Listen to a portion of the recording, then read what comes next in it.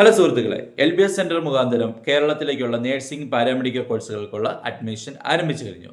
June 7 അവസാന തീയതി. ഓൺലൈനായിട്ട് ആണ് അപേക്ഷ അയക്കേണ്ടത്. LBS സെൻറ്ററിൻ്റെ സൈറ്റ് മുഖാന്തരമാണ് അപേക്ഷ അയക്കേണ്ടത്. ഓൺലൈനായിട്ട് അപേക്ഷ അയക്കുമ്പോൾ നിങ്ങൾ ശ്രദ്ധിക്കേണ്ട കുറച്ച് കാര്യങ്ങളുണ്ട്. അത് എന്തൊക്കെയാണെന്ന് നമുക്ക് നോക്കാം. നിങ്ങളുടെ പേര്, ഡേറ്റ് ഓഫ് ബർത്ത്, ഫാദറിൻ്റെ പേര്, മദറിൻ്റെ പേര് ഇതെല്ലാം കൊടുക്കേണ്ടത് SLC സർട്ടിഫിക്കറ്റിനകത്ത് എങ്ങനെയാണോ അതേപോലെ തന്നെയാണ് എൻട്രി ചെയ്ത് കൊടുക്കേണ്ടത്. ഇനി നിങ്ങൾക്ക് റിസർവേഷൻ ഉള്ളൊരു കമ്മ്യൂണിറ്റിയാണോ, OBC റിസർവേഷൻ ഉള്ളൊരു കമ്മ്യൂണിറ്റി ആണെങ്കിൽ നിങ്ങൾ വില്ലേജ് ഓഫീസർ നൽകുന്ന നോൺ ക്രിമിനൽ സർട്ടിഫിക്കറ്റ് അപ്ലോഡ് ചെയ്യേണ്ടതാണ്. നിങ്ങൾ ജനറൽ വിഭാഗത്തിൽപ്പെട്ടവരാണെങ്കിൽ നിങ്ങൾക്ക് യാതൊരുവിധ ആനുകൂല്യങ്ങളും ലഭിക്കാത്ത ജനറൽ വിഭാഗത്തിൽപ്പെട്ടവരാണെങ്കിൽ നിങ്ങൾ യാതൊരുവിധ സർട്ടിഫിക്കറ്റ്സുകളും കമ്മ്യൂണിറ്റി സർട്ടിഫിക്കറ്റുകളൊന്നും അപ്ലോഡ് ചെയ്യേണ്ടതില്ല.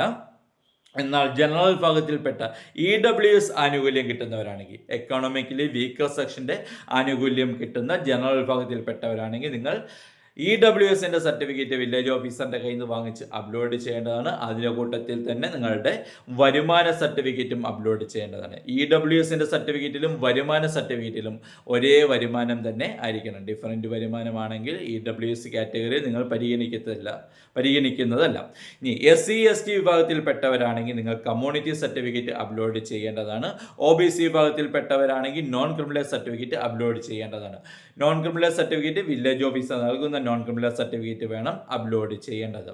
ഇനി OBC വിഭാഗത്തിൽപ്പെട്ടവർ OBC വിഭാഗത്തിൽപ്പെട്ട OEC ആനുകൂല്യം ലഭിക്കുന്നവരാണെങ്കിൽ നിങ്ങൾ നോൺ ക്രിമിനൽ സർട്ടിഫിക്കറ്റിൻ്റെ കൂട്ടത്തിൽ നിങ്ങളുടെ വരുമാന സർട്ടിഫിക്കറ്റും കൂടെ അപ്ലോഡ് ചെയ്യേണ്ടതാണ്.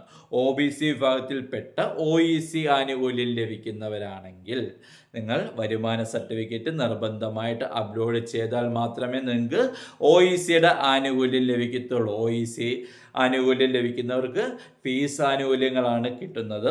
നിങ്ങൾ അഡ്മിഷൻ സമയത്ത് യാതൊരുവിധ വലിയ ഫീസുകൾ, പ്രൈവറ്റ് കോളേജസിലാണ് നിങ്ങൾക്ക് അഡ്മിഷൻ കിട്ടുന്നതെങ്കിൽ അവരുടെ വലിയ ഫീസുകളൊന്നും അടയ്ക്കേണ്ടി വരത്തില്ല. ഗവൺമെൻറ് നിശ്ചയിച്ചിരിക്കുന്ന തുച്ഛമായിട്ടുള്ള 1000 രൂപ മാത്രം നിങ്ങൾക്ക് OEC റിസർവേഷൻ ഉള്ളവർക്ക് അടച്ചാൽ മതിയാവുന്നതാണ്.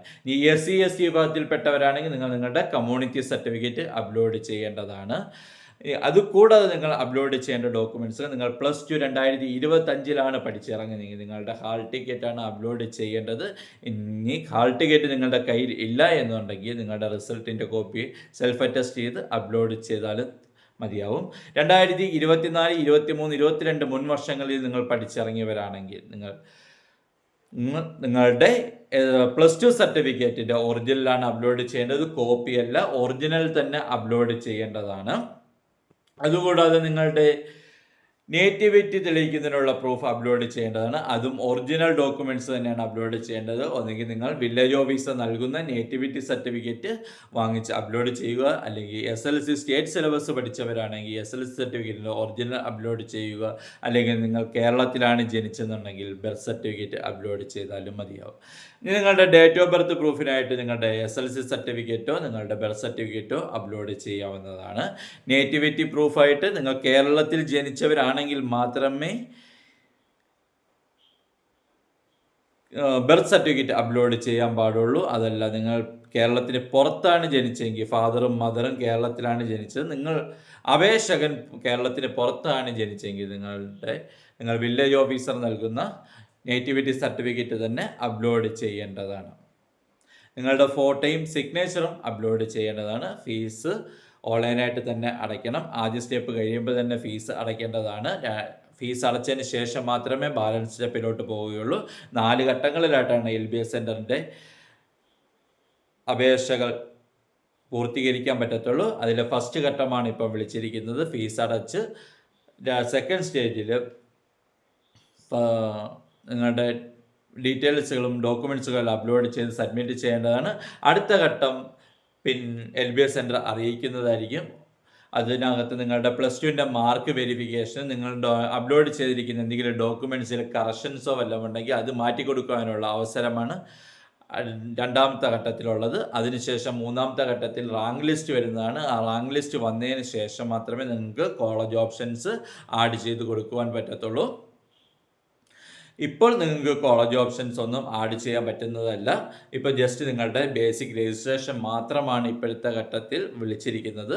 അടുത്ത രണ്ടാമത്തെ സ്റ്റേജിലാണ് നിങ്ങൾക്ക് നിങ്ങളുടെ പ്ലസ് ടുവിൻ്റെ മാർക്ക് വെരിഫൈ 2025 പഠിച്ചവർ ഇറങ്ങിയവർ മാർക്ക് വെരിഫൈ ചെയ്ത് കൊടുക്കേണ്ടത്. 2025 മുമ്പ് പാസ്സായിട്ട് ഇറങ്ങിയവർ അവരുടെ മാർക്ക് ഇപ്പോഴേ നമ്മൾ ആപ്ലിക്കേഷനകത്ത് എൻ്റർ ചെയ്യുന്നുണ്ട്. 2025 പഠിച്ചവർ പ്ലസ് ടുവിൻ്റെ മാർക്ക് ഇപ്പോൾ നൽകേണ്ടതില്ല, അടുത്ത ഘട്ടത്തിലാണ് കൊടുക്കേണ്ടത്.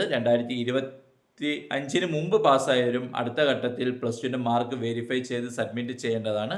എന്തെങ്കിലും കറക്ഷൻസ് നമ്മൾ കൊടുത്തിരിക്കുന്ന ഡോക്യുമെൻറ്റ്സിൽ എന്തെങ്കിലും കറക്ഷൻസ് ഉണ്ടെങ്കിൽ അതും പരിഹരിക്കാനുള്ള അവസരം പ്ലസ് ടുവിൻ്റെ മാർക്ക് വെരിഫിക്കേഷൻ സമയത്ത് ലഭിക്കുന്നതായിരിക്കും. മാർക്ക് വെരിഫൈ ചെയ്ത് അതിനകത്ത് തെറ്റുകളൊന്നും ഇല്ല എന്ന് സബ്മിറ്റ് ചെയ്തതിന് ശേഷം നിങ്ങളുടെ റാങ്ക് ലിസ്റ്റ് വരുന്നതായിരിക്കും. റാങ്ക് ലിസ്റ്റ് വന്നതിന് ശേഷം അടുത്ത അവസരത്തിൽ നിങ്ങൾക്ക് കോളേജ് രജിസ്റ്റർ ചെയ്യാനുള്ള സമയം ലഭിക്കുന്നതായിരിക്കും. ഈ ഒരു ഇൻഫർമേഷൻ നിങ്ങൾ മാക്സിമം ഷെയർ ചെയ്യുക.